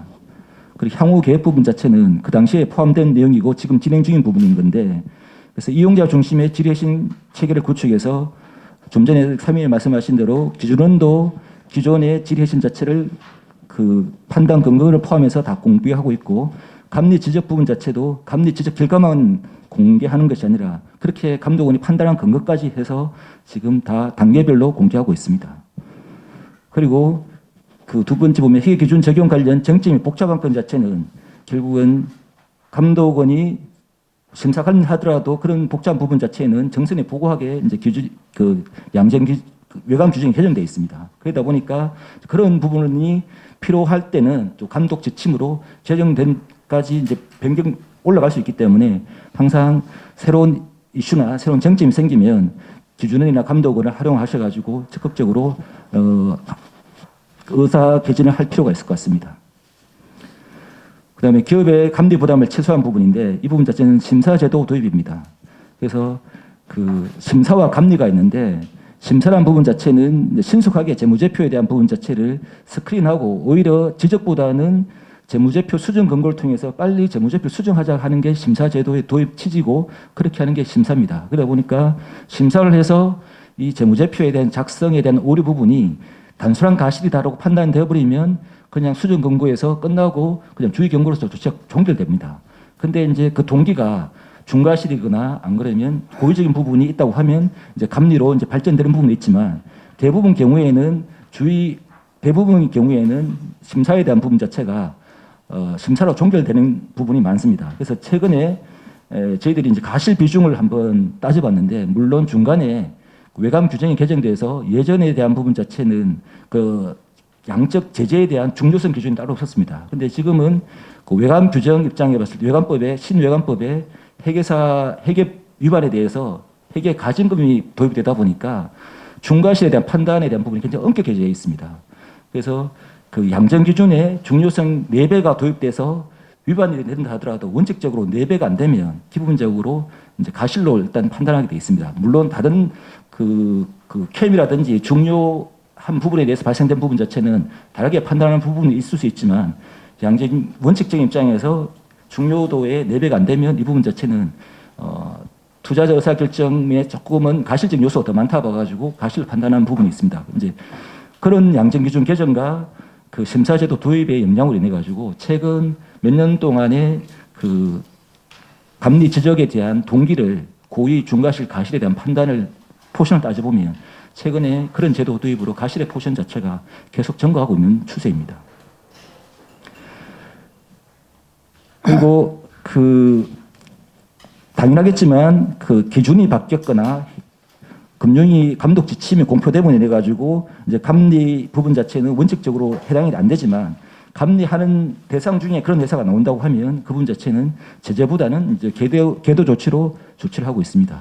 그래서 하여튼 부족하지만 그런 부분에서 감독 당국 금융위나 저희 입장에 봤을 때 아직 미진하지만 많이 노력하고 있다는 부분 자체를 알아주셨으면 감사하겠습니다. 더 부족한 부분이 있으면 많이 알려주시고 또 건의해 주시면 하여튼 반영하도록 노력해보도록 하겠습니다. 예, 감사합니다. 예, 감사합니다.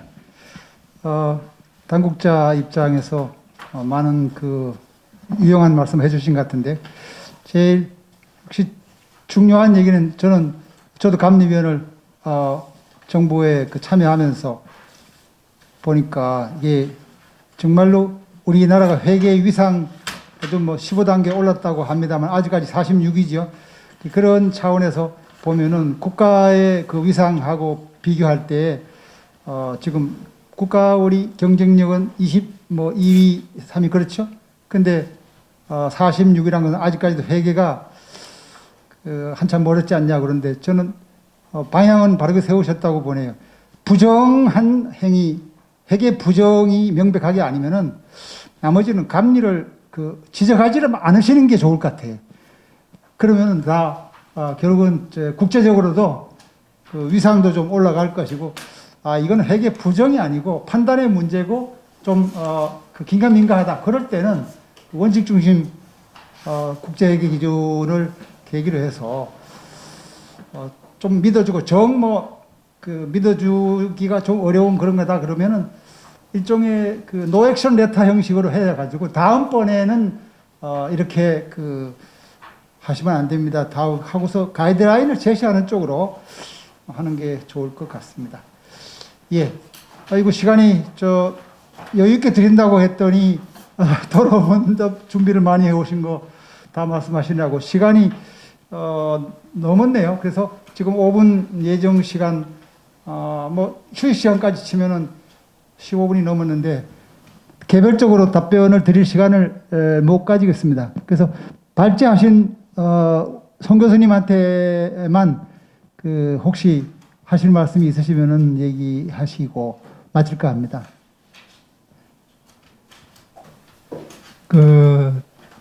여러분이 말씀하셨지만 개념 체계는 기본 개념을 정하는 거고 원칙은 이제 회계 기준에서 원칙을 이제 제시하거든요. 개념 체계는 원칙을 이해하는 데 도움이 되는 그런 거지 개념 체계가 회계 기준과 같이 판단의 방법이 된다 이런 뜻은 아닙니다. 그래서 원칙을 이해하기 위해서는 원칙을 제대로 운영하기 위해서는 개념 체계에 대한 깊은 이해가 있어야 원칙을 제대로 이해할 수 있다. 원칙을 제대로 운영할 수 있다. 이런 뜻에서 말씀드린 거고요. 그러다 보니까 오늘 토론 중에서 많은 부분이 왜 개념책에서 이런 걸 안 했냐 그런 거는 말씀하신 부분도 있었는데 개념책에서 그런 게 하는 게 아니라 원칙을 기본 개념을 제시하고 그것이 이제 원칙에서 그 회계 기준에서 이제 구현이 되는 그런 쪽으로 가는데 어떻게 보면 이번에 2018년에 제시한 개념체계가 아직 조금 선진화된 면이 있습니다. 아직 그 회계 기준에 반영 안 된 부분이 굉장히 많은데 앞으로 시간이 가면서 차츰 반영될 거라 생각됩니다. 특히 그 감독기관의 경우에 가장 공격을 많이 받는 그 감독기관인데 그 원칙 중심의 회계에서 근데 그 감독기관 이모키 팀장님께서 시장을 중요시하겠다 이렇게 말씀하셨는데 결국은 회계 그 시장이라는 게 굉장히 그 돈도 많고 정부보다 돈도 많거든요. 돈도 많고 또 그 인재도 많고 그렇기 때문에 시장을 존중하는 그런 그 방향으로 나가시면 회계가 더 정착이 더 쉽지 않을까 이런 생각을 해봅니다. 그래서 그 시장 중심의 감독 체계 이것이 말씀하셨는데 정말 반갑다고 생각을 하고요. 그다음에 우리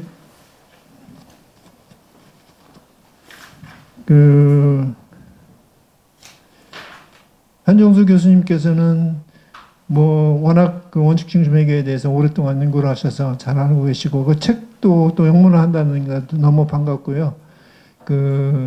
앞으로 우리 원칙 중심 회계가 정착되는데 많은 도움이 될 거라 생각됩니다.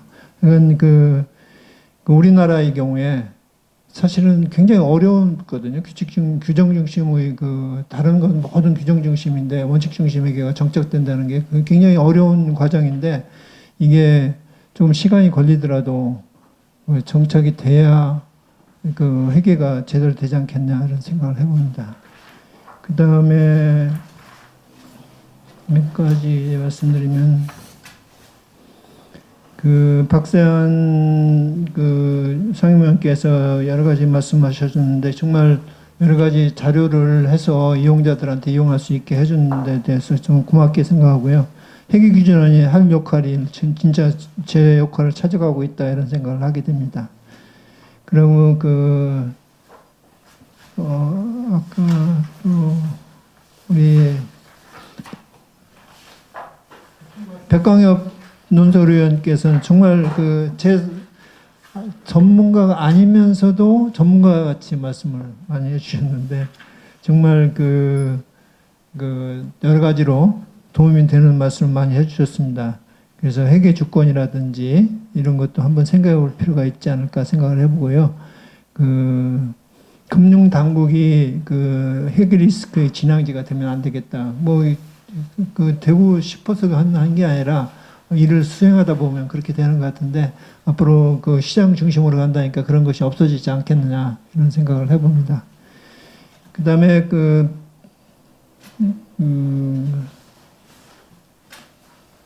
또 이양 회계부장님께서 이사님께서는 여러 가지 실무상의 얘기를 하셨는데 이거는 상당히 회계 기준하고 관련된 부분이 많은 것 같아요. 사실은 개념체계 아까 말씀드렸듯이 개념체계는 회계 기준을 제정했을 때 그게 왜 근거가 되는 개념을 제시하는 거기 때문에 조금 다른 문제 회계 기준하고 좀 개념체계를 구분했으면 좋겠다는 생각을 하고 있습니다. 그러니까 그 다음에 첫 번째 토론하신 우리 이경 실장님께서는 옛날에 회계기준원에도 관여하셨고 해서 여러 가지 중요한 얘기를 하셨는데 하지만 우리 요번 개념체가 바뀌면서 옛날엔 측정 불확실성에 대해서 굉장히 좀 측정 불확실성 있으면 하지 말아라 하는 것이 옛날에 체계에 있다고 하면은 요번에는 측정 불확실성이 있다 하더라도 그것이 목적 적합하고 표현 충실한 정보가 될 수 있다 하는 것이 여기 기본 취지입니다. 그래서 측정 불확실성이 있다 하더라도 그걸 측정을 프로세스를 잘 받고 그 결과가 달라질 수도 있다. 결과가 제가 사를 들었지만 예측 정보를 사를 들었는데 이 결과가 달라질 수 있지만 측정 불확실성이 있다고 해도 불확실성이 있다는 걸 갖다 공시를 하고 충분한 설명을 한다면 이런 것도 그 충분히 자산부채나 인식한다든지 또는 그 회계에서 중요한 정보로서 제시될 수 있다 하는 것이 현재 개정된 개념책의 기본 취지라고 볼 수 있습니다. 이것을 말씀드리겠습니다. 좋은 코멘트 감사합니다. 일단 그 포괄적으로 다 말씀을 하고요. 이제 빛나래를 좌장으로서 이제 할 순간인데요.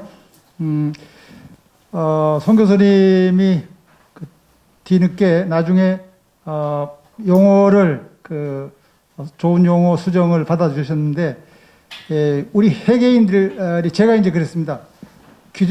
원칙 중심, 규칙 중심 이렇게 해가지고 비교를 하는데 우리 회계인들이 조금 한번 생각을 해보자. 일반인들이 생각할 때 원칙과 규칙이 그러면 또 어떻게 다른 거냐 하고 시비가 붙을 수 있기 때문에 그거를 오히려 종전에를 규정 중심, 뒤에를 원칙 중심 이렇게 용어를 하면은 더욱더 명확하게 차이가 될 것 같다 했더니 그거를 일리가 있다 해가지고 용어를 바꿔주셨어요. 그래서 원고에 이렇게 나오는데 참고로 제가 말씀드린 건 다른 우리 토론자분들이 최초의 원고 갔을 때 그 규칙 중심을 그대로 많이 쓰고 계신데 앞으로 그 용어는 다들 바꾸어 나가는 것이 이 수용 가능성, understandability, 독자들의 understandability를 높일 것 같습니다. 자, 그럼 이상으로 정말로 진지하게 발제해 주시고 또 토론해 주신 분들께 모두 감사를 드리면서 저희들 감사인 포럼 세션을 모두 일부 순서를 마치도록 하겠습니다. 예, 감사합니다.